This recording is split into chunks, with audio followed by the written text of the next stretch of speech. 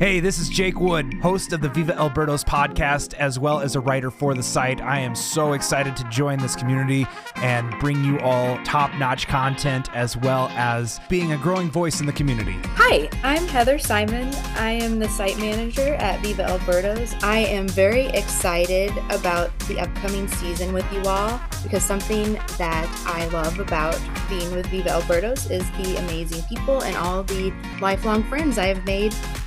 Hello, everybody. I'm Mike Jones. I write under the pseudonym skyricesq for Viva Albertos. And my forte with the site is the roster rules. There's almost always a rules reason why moves are made, and I enjoy interacting with the community to help people understand why certain moves are made.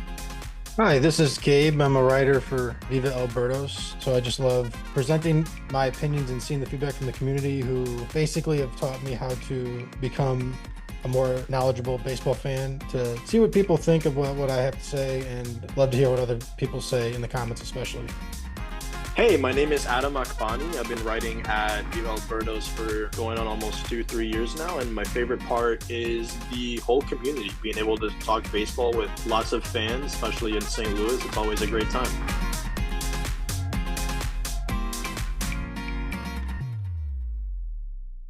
Welcome, everybody, to our inaugural episode of Viva Albertos podcast, or at least I should say the new version of Viva Albertos. Gabe Simmons, good morning. How are you doing this morning? Doing pretty good. How about you? I'm doing well. Mike Jones, how are you this fine morning? I'm excellent. Thanks for having me. And today is our special guest, 1120 KMOX, and also co-host of the Dave Glover Show. We have with us Kevin Wheeler. Kevin, how are you doing this morning, my man? I think I'm fine, but, probably have to ask me in about 5 hours after the Canes finish up with Duke. Hey. When that Duke. game's over, I'll know how good my day is going to be. It's Duke. I think you'll be okay. Hopefully your feelings won't be dashed like my Mizzou Tigers have been over the last couple of games. So I got to root for somebody else now. So I'll root for you, Kevin. All right. Thanks, man. I appreciate it. We need it. We got room on the bandwagon, too. We used to have a huge bandwagon, and now it's really small. So I remember the U. My manager, ESPN. My manager, as an Amazon delivery driver, my manager is a Tennessee Volunteers huge diehard fan, and his family has season tickets. And so I unfortunately put a little money down on that Alabama-Tennessee game, and it did not go my way. So, Yeah, mistakes were made. But you live and you learn. All right, so you gentlemen ready? Let's do this. Kevin, I'm going to throw this first question over to you. Because of a myriad of reasons, lower attendance, RSN complications, aging roster core, the Cardinals have decided that 2025 will be an offseason of new direction. And they kicked that off announcing that Chaim Bloom will assume the president of baseball operations role after 2025. His first subsequent hire in that new direction was former Cleveland farm director Rob Cerfolio. They've also added a new hitting coach in Brant Brown and a new coach to the staff and former outfielder and alumni of your Miami Hurricanes, John Jay, who will directly replace who will directly replace Willie McGee, who will move to a more roving instructor role / special advisor to president of baseball operations. They've certainly not wasted any time getting things started, have they, Kevin? No, they have a lot to do. This is just the beginning, right? This is the beginning of resetting how they approach, evaluating players, how they approach training players. And to me, that second part is the bigger part. How are we going to approach getting the best out of players and taking players that maybe weren't having success somewhere else and bringing them success here? And, it sounds like a new idea, right? It sounds like, wow, they haven't done that in a while, or at least they haven't done it regularly in a while, but it used to be the norm. That's what Dave Duncan did with pitchers every year. Right? You get a guy in here every year who wasn't much before or was coming off injury. Think of Chris Carpenter. When they brought Chris Carpenter in, he was just an often injured guy who hadn't lived up to potential. They get him here. He obviously gets healthy, but they work with him. Dave Duncan works with him, and he becomes a Cardinal legend. He becomes one of the best starting pitchers in franchise history. I'm not saying they got to do that on the regular, but they do need to find ways to take the talent that they have and make it better regularly. And you're not going to have 100% success rate. And then you obviously want to be able to bring in people from other places. And maybe the best recent example would be we need more JoJo Romero stories. right? Guys that you can bring in and fix up a little bit, or at least present a different type of opportunity to, and then let them run. You guys got any quick? Go ahead. Yeah, I've got a question that I've been dying to ask Kevin about how he sees this, because I've just been totally confounded over the last couple of seasons by how they have handled the catching situation. Kevin, as you know, we all know, for a long time they have, even with the backups, they've focused on defense. All right, we had Yadier Molina, who is, I think, if we didn't know it, the issues that happened with Contreras last year highlighted how important and how much our pitchers had relied on Yadier as far as game planning, pitch selection, everything like that. But then, knowing that, they deliberately went with somebody who was more of an offensive catcher and not as known for game calling and all those other things. And they signed him to a long-term extension. And then almost immediately after there were some struggles, there was a little bit of a disconnect with the message. No, he's going to DH. No, he's going to play outfield. No, wait a minute. No, he's not. We're not going to do that. And now we have Pedro Pages, who has stepped up a little bit. Ivan Herrera has burned his 4th minor league option. So I'm just curious to see your opinion on, are they seriously thinking about moving him and going back to that defense first model? Or if they got themselves in a trick bag where they're just going to have to find a way to make it work with him, have a couple of other catchers on the roster, let him DH? Yeah, it's a great question. So a couple things. One, some of it has to do with him, right? I mean, Mo's been pretty clear that he's going to talk to guys like Contreras and Sonny Gray and Nolan Arenado about what they want. Do they want to be here while they're retooling, while they're doing whatever however long it's going to take, right? We don't have any idea yet how long it's going to take. So if Wilson were to tell the team he'd prefer to go somewhere else given the circumstances, well, then it kind of makes the question a little easier to answer, right? Because then you trade him, and he's valuable, man. That is a really valuable player right now because the money's not crazy. It's a legitimate bat. And if you're a good team that maybe doesn't even need a full-time catcher, maybe you want a guy that can catch 2 or 3 games a week and DH other times or play some first base or whatever. I mean, that's a middle of the order bat, like legitimate, hits the ball as hard as almost anybody in Major League Baseball. So that's a real asset. And that's part of, to me, like the bigger picture this offseason. And it's, what can you get for who? Right? Like some of the decisions are, what are the offers? What can I get for this guy? If I can get 2 or 3 players that will help me make this reset happen faster, well, I think anybody's available.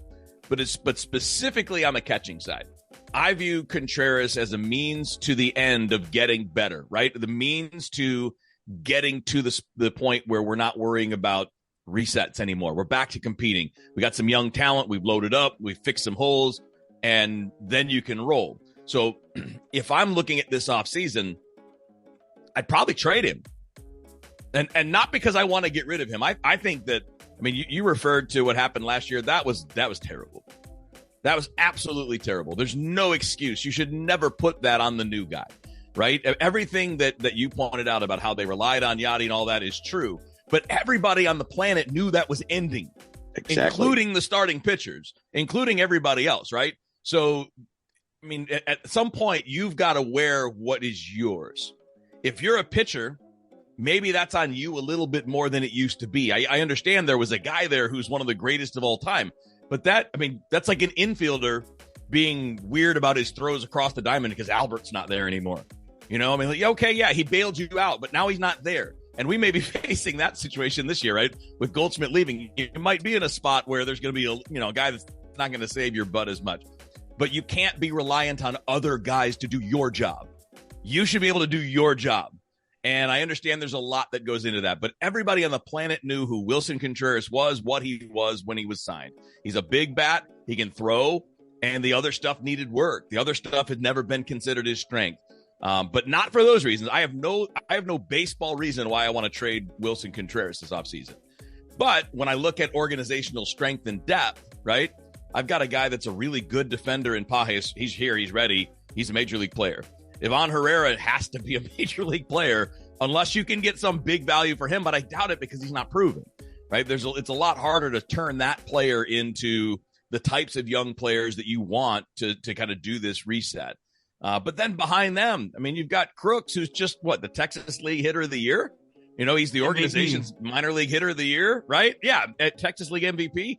And then you've got Bernal behind him, who is, for his age and advancement, is a pretty well-regarded prospect.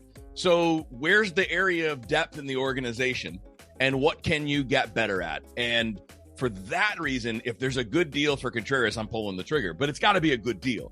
I think they're in a position, and I don't know if you guys agree or not, but they've already cleared $50 million from last year's payroll. I don't think anything other than maybe dumping Miles Mikolas. If you could dump $1 of that, great. That'd be fantastic. But I don't think any of the big guys should be just dumped. They should be moved if you can get what you need for them. So how many of the Go ahead, Gabe. Sorry. I was just going to say, so how many of the big guys, which I would throw, even though he's not really a big guy, Steven Matz, just for salary into that? Sure. How many of them would you probably expect to be traded over the offseason, with things like Sonny Gray preferring to stay there in Nashville being a consideration, not to mention the salary? Yeah. Because if that wasn't a thing, he would probably be traded, I would imagine. But how many of those guys do you expect to actually be traded over the offseason, or do you think they're going to wait to the deadline, or not at all? It's a great question. And here's the thing, I hope the idea here, we're going to know, obviously once they start, moving and shaking, but I really hope that what ends up happening with players being moved out is not just about clearing money. I mean, it's okay to clear money. We shouldn't care. This is a year where the payroll doesn't matter. We know that this is kind of like, okay, I hate it because we all keep coming back to the same word, reset. So I'm going to try to stop saying that. But we know this year's different. This year, the goal is not playoffs, which is what it has always been. It's always been the message, which is why that's what the expectation is, right? And we get our expectations from how the team conducts business and what they tell us. And they've always told us we're a playoff contender. All right, we'll act like one. Go do the things that you need to do. Make a deal at the deadline, whatever. I would say probably not going to see more than a couple of those guys move, right? I mean, I'm sure they would love to move Matz and Mikolas. I'm sure they would love that, because even if they do, you still have Sonny Gray and Eric Fetty and Andre Palante and then McGreevy and Graceffo, and you can always go sign another Kyle Gibson type guy, or Kyle Gibson, right? You could go back to him if you wanted to. Those kinds of starters, the $10, $12 million 1-year deal guys, they're always out there. You can always go get those kind of guys. I'm curious to see if they might entertain moving Fetty, because he'd get more. Right? I mean, Matz and Mikolas is just about salary relief and guys that have struggled and not wanting to deal with the ups and downs. But I do think that, they all connect, right? They're probably less likely to move Fetty if they can move Matz, or if they can move Mikolas, and somehow save some money in the process. Because really, you can't go into the year with only Sonny and Palante as established starters, because Palante's not that established. He's done enough to be in there for next year, but he's not that much of a known commodity. We're oh yeah, there's 180 innings, no big deal. We don't know that yet. But those three guys, speaking of Fetty, Matz, and Mikolas, could all go. We could see one of them go. I'm kind of expecting Mikolas to be back. I mean, I just don't think there's going to be a big market for that guy. Even at half his salary, even if you eat half of it, because like I said, those guys are out there, right? Kyle Gibson was that last year. Lance Lynn was that last year. Those guys are always out there. So if I'm betting, probably two of the guys that you would call the big guys for trade candidates. So two of the group. I actually kind of like the idea of Sonny sticking around, having that guiding post, the veteran for the young pitchers to kind of rely on and all that. But again, if he wanted to go, I guarantee you he'd get you a hell of a deal. Because a lot of contenders would look at 2 years at a guy that's really good and say, here you go. Here's 3 good prospects, including one of them in the top 100. Yeah, so for me, like when I look at things, I think Mats is going to be a really easy player to move. You look at it's a 1 year commitment. He's right in his contract is right in the range of these guys you're talking about, kind of the 1 year prove it deal type pitchers.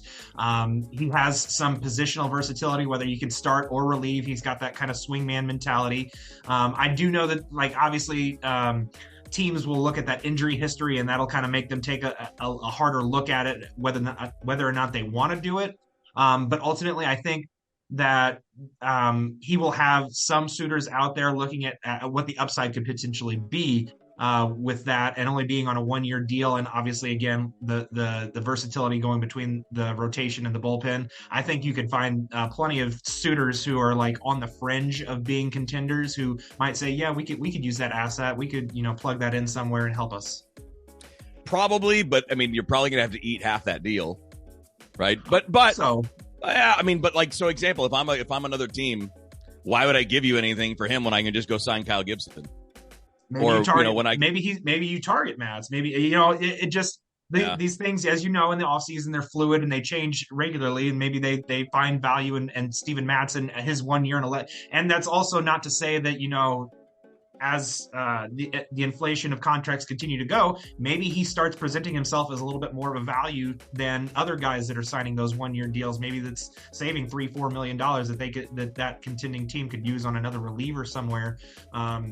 And rather than signing the 1 year $15 million like the Reds did for what was his name, Frankie Montas, rather than doing that 1 year and $11 million for Steven Matz, and you can also add in another. They could have also added another reliever in that scenario. So just the kind of the mixing and matching, and maybe they find some value in what Matz is and what is left on his deal. I don't necessarily think you have to eat much, if any, to move him out if that's so desired the direction that the Cardinals wish to go.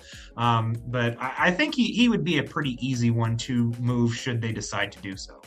Oh, I think, yeah, I mean, sure, but the less you eat, you're not going to get much for him. But that's not really the point, right? The point is we don't have much use for him, so let's not pay him all that money. Let's have somebody else pay at least the majority of it.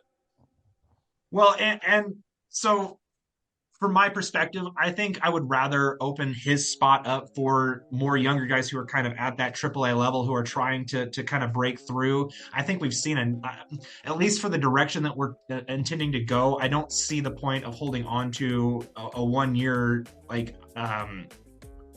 Band-Aid, so to speak, is kind of the way I view Mats, because if their true intention is to look towards the future, I think you would just rather get more answers on some guys that you have at that AAA level, like a Graceffo, like a Kloffenstein, like maybe a Simmerbursa, maybe Quinn Matthews can take that spot. Like there are a bunch of different options who are right there on the cusp, and I think that the Cardinals would be better served going forward to give those innings to those young guys rather than giving it to Steven Matz. Yeah, that's another reason why you're moving him and or Michaelis, right? I mean, as it stands today, you've got 5 starters, right? I mean, as it stands today, you don't have a spot unless you're going to say Matz to the bullpen, which again, fine, but this team doesn't seem to want to slide that guy at that price point. But I think they would in this scenario, right? I think they would if they get to spring training and McGreevy looked good. All right, here you go, Mike McGreevy. We're going to let you have your chance. And it's, all those guys you listed, plus Tink Hence, plus, just the general, I mean, I don't think Roby's anywhere close, but he's another guy age-wise that's close. Health-wise and performance-wise, he's not close, but age-wise, he's getting to the point where you're going to want to get a look at it. And maybe there are some decisions on a few of these guys that guy's not a starter anymore. That guy's going to the bullpen. This guy's got stuff. So, like, as an example, this is not playing into any plans, because the Rodri Munoz, the waiver wire pickup, he's not somebody you put in your plans. No. But he, look, average fastball is 95, 96 miles an hour. Can't throw strikes. Maybe he's not a starter anymore, because all of the failures that he's had, both in the minors and at the major league level, has all been as a starter. You might be like, okay, he's going to the pen. Let's see what that is. Maybe that's a Jojo Romero type thing. A guy that's doesn't have the stuff, the command, the stamina to be a starter, but for an inning might be okay. That might be Tekoa Roby. And for him, it may just be the durability of it, because he's had so many physical problems. But they have to start sorting that out, and to do that, to your point, you got to clear the path a little bit. You got to clear the 40-man roster. You're going to have to clear, rotation spots for guys like McGreevy and Graceffo and eventually Matthews and Henson, those types of guys. So, yeah, if you can do it, you do it. So, Kevin, I wanted to ask you about a couple of different concepts that with the Cardinals that I've been struggling with to see if you can maybe add some insight. The first base situation going forward now that Goldschmidt has been declared a free agent and we're not going to sign him back. Everybody that I've read that's familiar with the Cardinals thinking or long-term thinking that has written about it has suggested that Jordan Walker's future is in the outfield. Does not seem to be any present intention to look at him at first base or anything like that. Do you really, who do you see sort of taking over that first base role? People always say, well, move him to first, if struggling fielder, move him to first base because that's to the right of the spectrum. But it doesn't really help to move somebody to first base if they can't field ground balls. Mm-hmm. And I don't know if that's why they don't think that, Jordan Walker profiles there long term. What is your thinking? And if you could help me understand a little bit about why they really see Jordan Walker long term in the outfield, because based on what I've seen so far, and not being disrespectful to the young man, he's been thrown a lot on his plate, been rushed before he was ready. I just don't think he could play outfield for me right now. Yeah, I'm fine with him being an outfielder. I think he has to be an outfielder. If you look at how he moves, he does not. And now let's be clear: a lot of first basemen are bigger guys who don't move all that well. It's not that uncommon. Sometimes what puts you there is not a lack of arm strength because he's got a great arm. It's not all that. It is simply, all right, you don't move laterally. You don't move your first steps. Not that great. We don't want to put you at third base anymore. But the thing is that if you can get him just back to the basics, because before this year, he had gotten a lot better in the outfield. He had gotten a lot better. And part of the problem is all of this stuff that we've been talking about, not having roving instructors, not having an outfield coordinator, not having an infield coordinator, not having a catching coordinator, not having those people that move around the minors to take a special project like him and put the extra time into it, right? I think he's going to be okay in the outfield, but I don't think he's great. I think he can be a very solid average right fielder. But when you take into account the fact that he runs pretty well for his size, I mean, he's above average speed. Sure does. And when you throw in the fact that, when you put him on the mound, he's probably 95. He's got a really strong arm. I think it fits best there. But here's the thing. Aside from skill set, aside from what we've seen, I don't want to change anything for him right now. Right. He just needs to focus on hitting. That's all I care about with him at the moment. I don't want to put a position change back in there because now I'm adding another problem for him to solve on top of just figuring out how to hit in the big leagues. And the hitting in the big leagues part, hey, I can DH him here and there if I want to go for a better outfield defense, or maybe in a couple of years you make that move once he's established himself as a hitter. So maybe down the road, it's not crazy. Right now, I don't want to put anything else on his plate, but it does bring up, I think, a really valid and maybe even serious criticism of the Cardinals. Why did he spend one day at third base in the minor leagues? Why did he spend one day there? Everybody in the draft, when he was a high school player, every draft analysis was Jordan Walker's going to be a right fielder. He's not going to stick at third base. People might try, because this was before the Cardinals took him. Teams might try to keep him there to see if it enhances his value, but he's not going to play there. He's going to be an outfielder. And you had just picked up Nolan Arenado. Right. There was no path to playing third base in the major leagues for him. And then on top of that, you have Nolan Gorman in the organization, who is a natural third baseman, who is I don't think he would be great, but I think he'd be totally fine there. Like, that's the position he played, and defense was never a major negative for him when he was a third base prospect. There was never a path where Jordan Walker was going to be your third baseman. Why did he spend one day, let alone a full year, playing third base? He should have been getting those outfield reps from day one. And I think that's to me, when I look at player development and I look at decisions, that's at the heart of what I think needs to change, is a little bit more aggressive common sense, right? Like, this is a guy that nobody thought was a third baseman. And you had two guys already at the major league level that were better options at third base for the long term. I mean, Arenado still has 3 more years under contract. That spot was never going to open up from him unless he's, traded. But under the circumstances they were operating under at the time that decision was made, you weren't looking at a new third baseman until 2029. By then, Walker's not playing third base.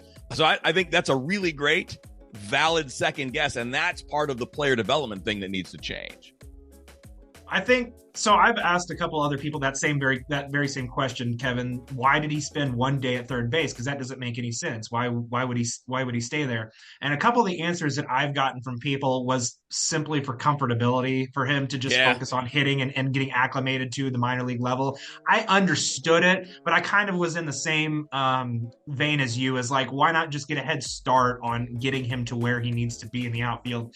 And kind of to answer your question too, Mike, as far as moving him to first base, I don't think that's something that would be smart to put on him, especially while he's even now. I think his confidence is probably a little bit wavered in him being shuttled back and forth between AAA and the majors, and just kind of keep him in the outfield and allow him to just kind of focus on getting himself established there. And we've seen the athleticism plays in the outfield. We've seen him make diving catches. He's got plenty of speed. He has the athleticism to make up if he gets a bad break. Now, he also has the 70 grade throwing arm, in my opinion. A 70 grade throwing arm, I think it's a plus tool in his arsenal. I also think that Kevin kind of hit on the fact that he really hasn't had the opportunity to have the direct one-on-one coaching in the outfield. There are subtle nuances to playing the outfield to every position that I feel like he just hasn't had the opportunity or the coaching to kind of give him those little subtle details, those nuggets. If you think about like a George Kissel and the way that who am I thinking of?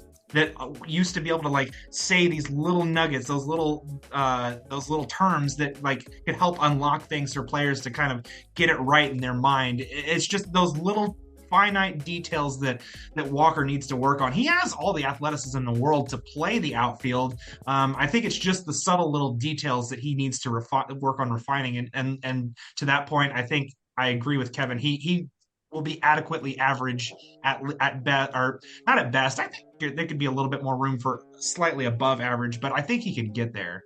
Yeah, jumps and angles, man. He needs to get better jumps. He needs to take better angles.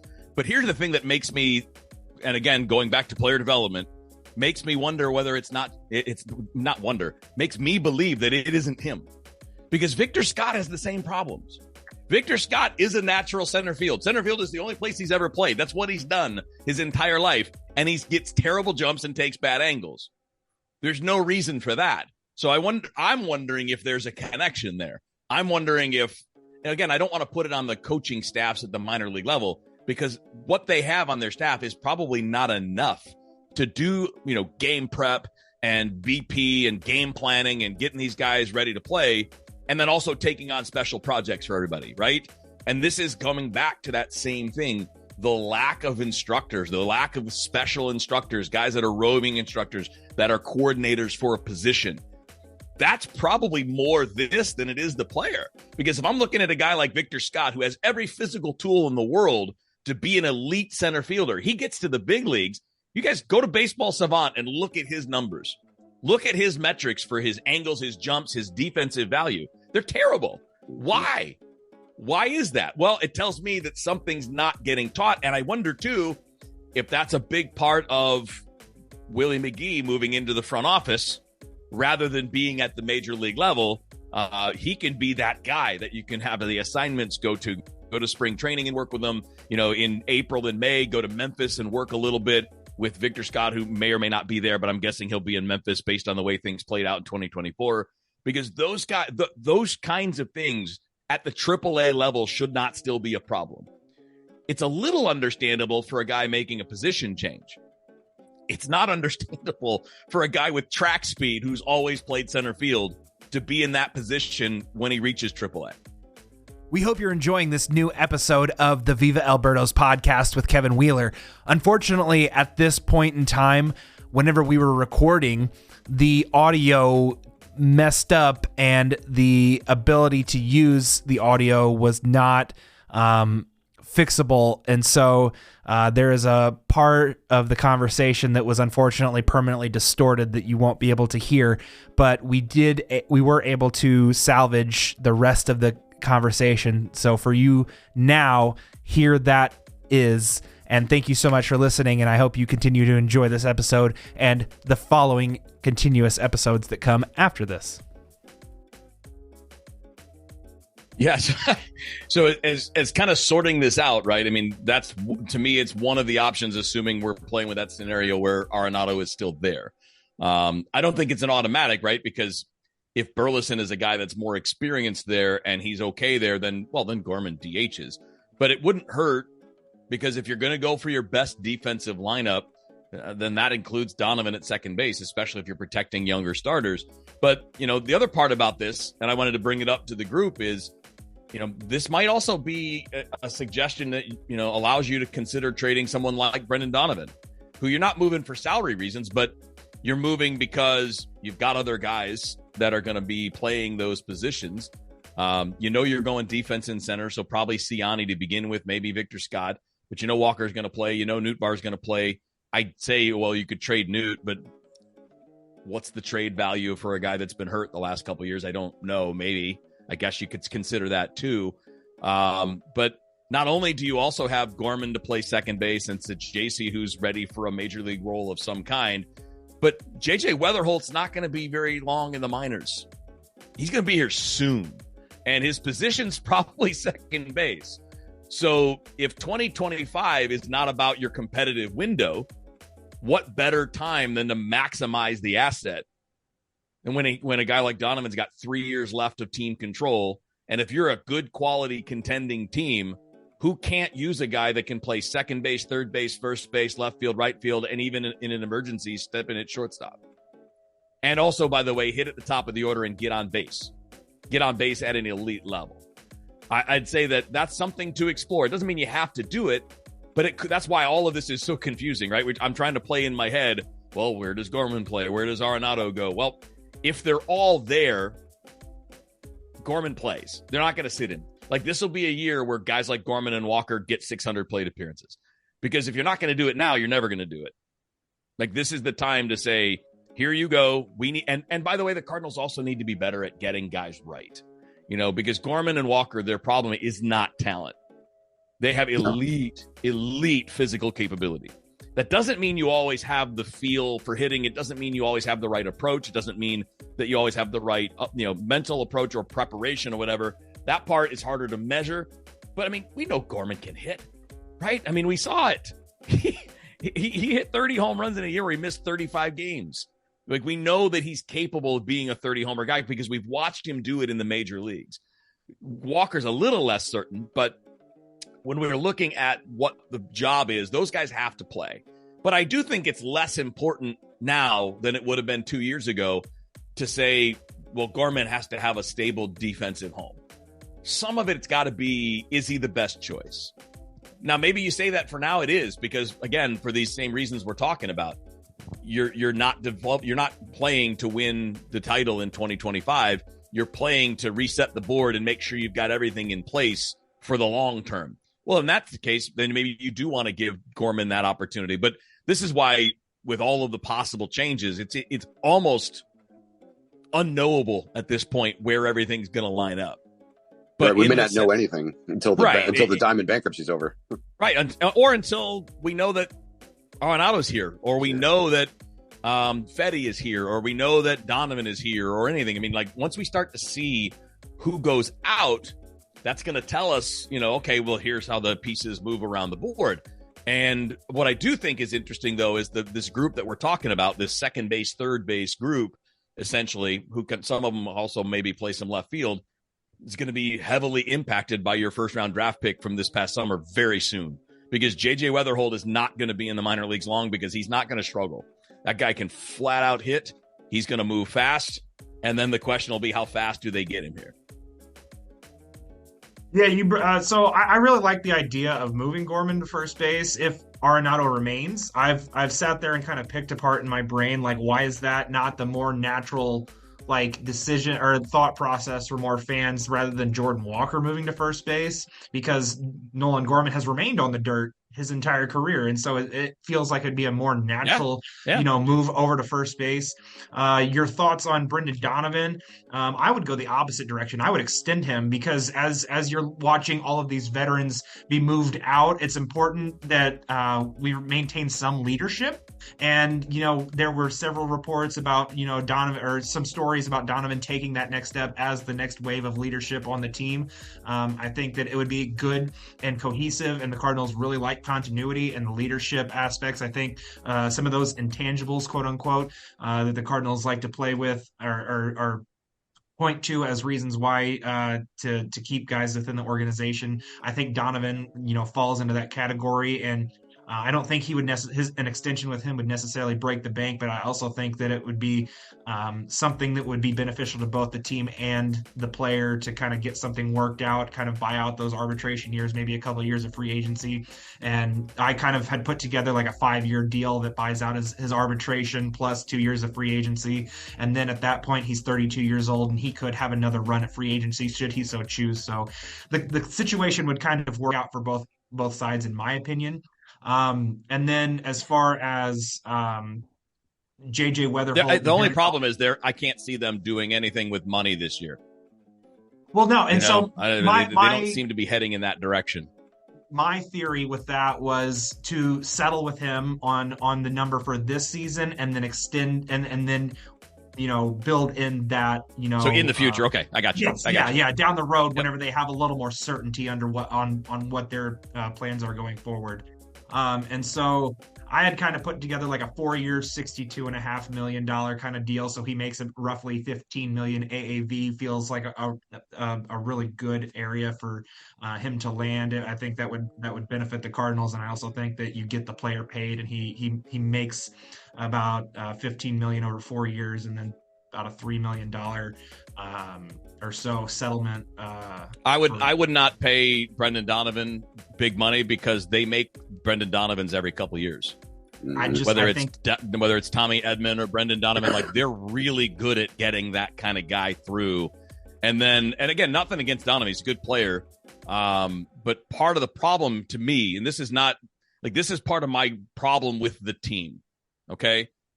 I understand the valuing of leadership and all that, but we got to stop putting that ahead of having talent. And I don't mean Donovan's not talented. I'm talking about building your organization moving forward.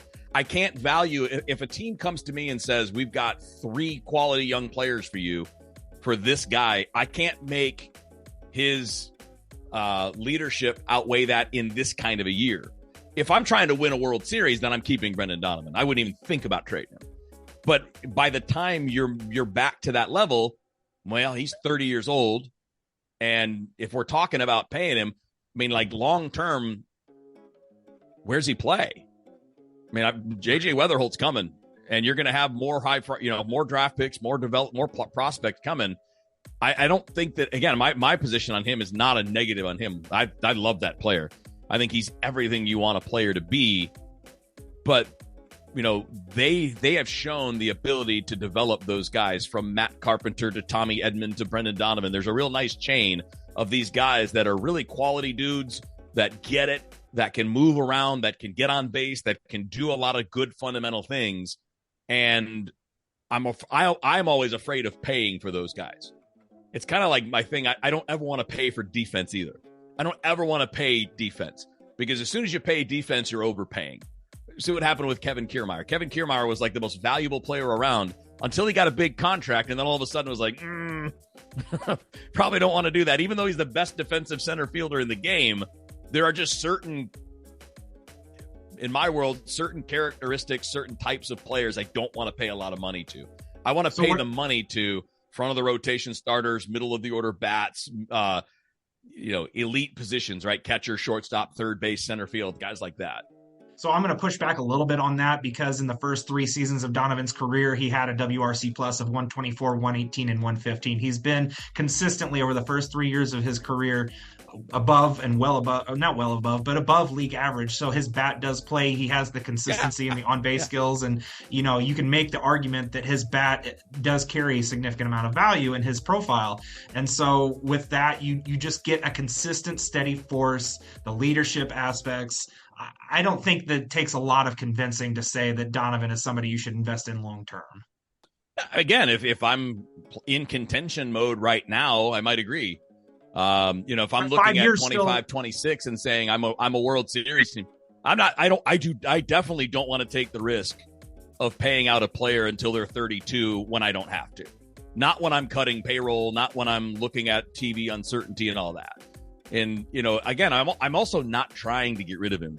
I don't want to move him. But if another team comes to me and says, here's a AA power prospect and a guy that throws 97, I'm going to have to listen. And I'm going to have to look at that because what I'm looking at long term.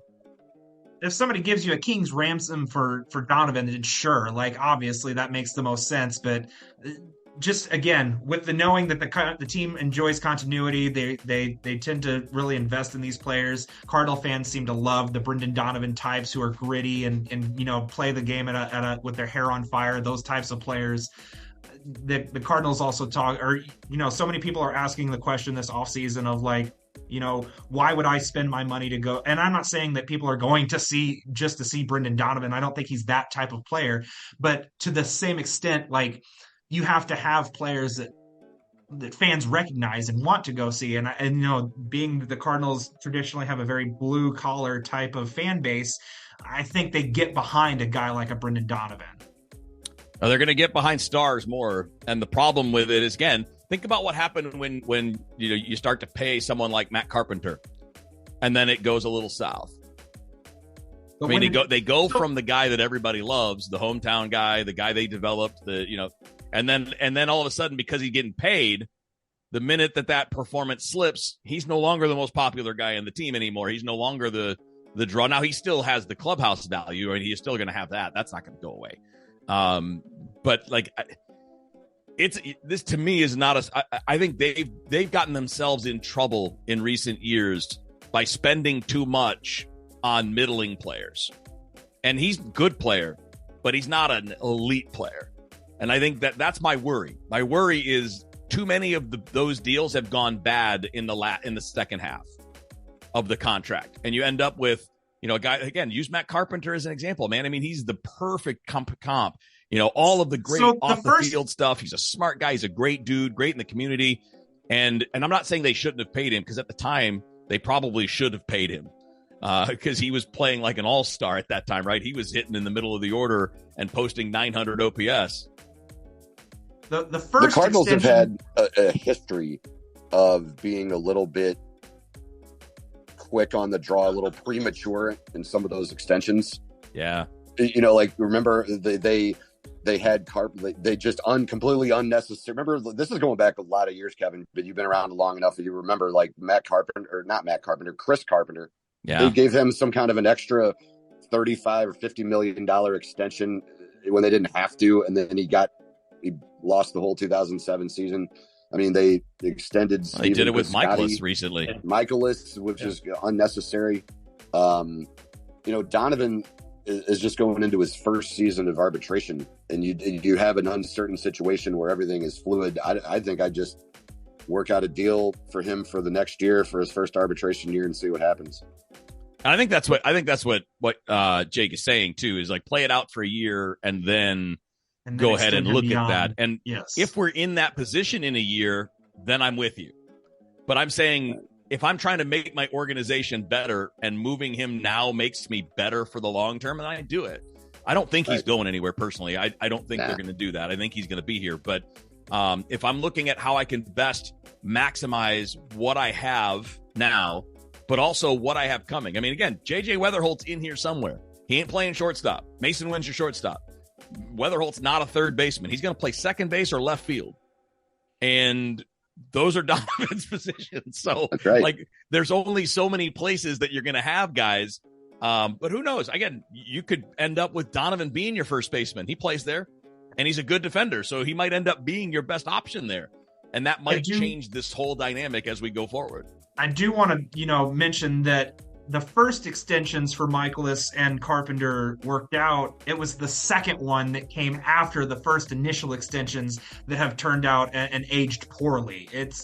So that's where I'm like, if you take it to 32 and then he starts entering that kind of decline phase, at that point you allow him to walk, but what I'm saying is, maybe I didn't convey this properly enough, is like, I think it works for both sides, right? At 32, he then has made a little bit of money, but he has another opportunity. That's why Donovan would do it. The Cardinals do it because it gives them a little more certainty in the near future. And if they're not investing heavily, that my only worry is I have somebody to take that job in a year. Maybe. So I don't need to pay that guy a lot of money when I have somebody else.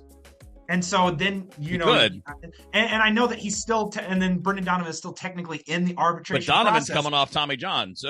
But he still performed well. He still performed at a 15% above league average rate, offensively. And so he's a really good player, man. And not to call Brendan Donovan like a Band-Aid, but imagine if Nolan Gorman or Alec Burleson or heaven forbid Lars Nootbaar again gets hurt, you have Donovan to plug and play anywhere on the field, basically. I mean, there's value in that too, having the versatility to be able to cover yourself in the event of another injury. Sure. And again, speaking of 2025, that's 100% true. If I don't have a new guy to do that in 2 years, that's on me. Oh, yeah. If I don't have a new outfield prospect to step in somewhere, again, it's nothing about the player. He's a phenomenal player. And if I'm in a position where, I'll be honest with you, this is just a bigger philosophy thing for me. I don't want to pay a 15 homer guy double digit millions. I don't want to pay that guy, 8 figures.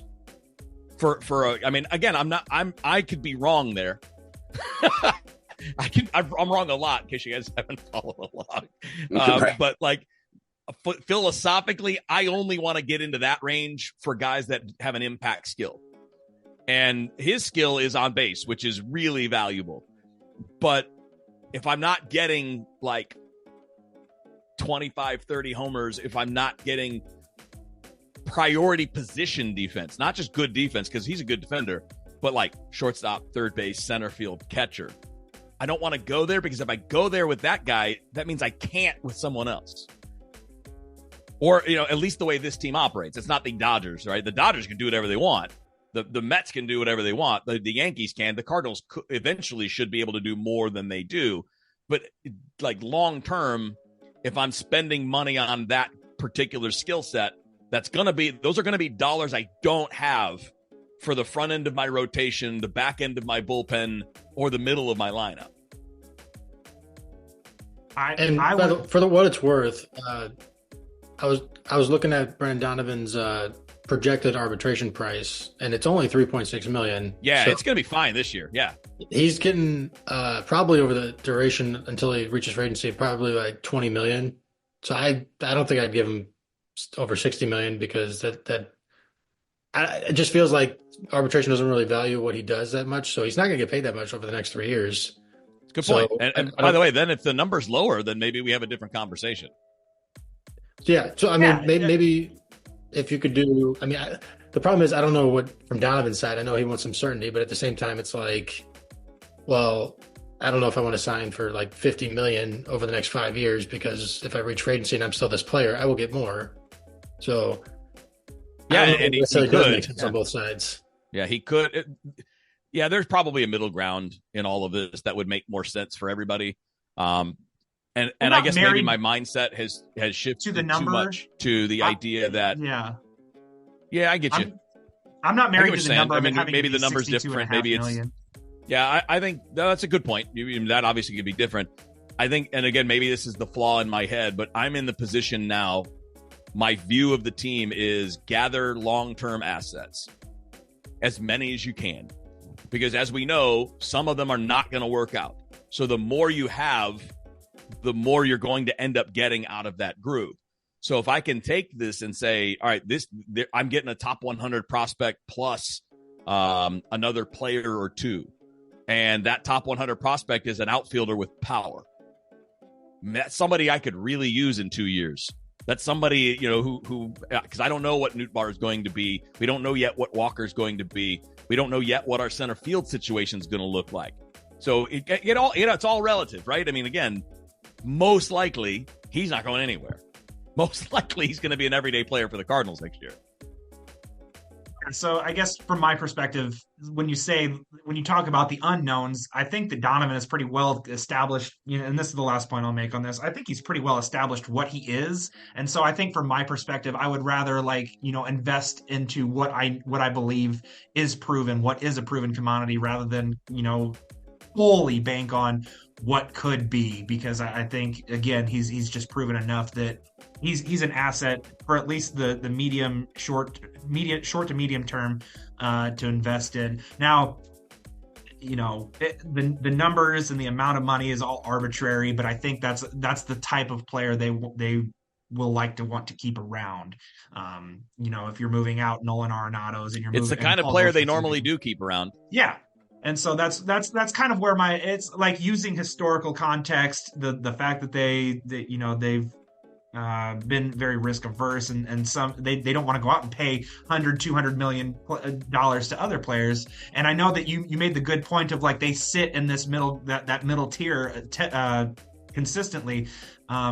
I think he holds value enough to the Cardinals that they would want to keep him through whatever reset, rebuild, refresh, whatever word they want to use through this process, to kind of be part of that stability.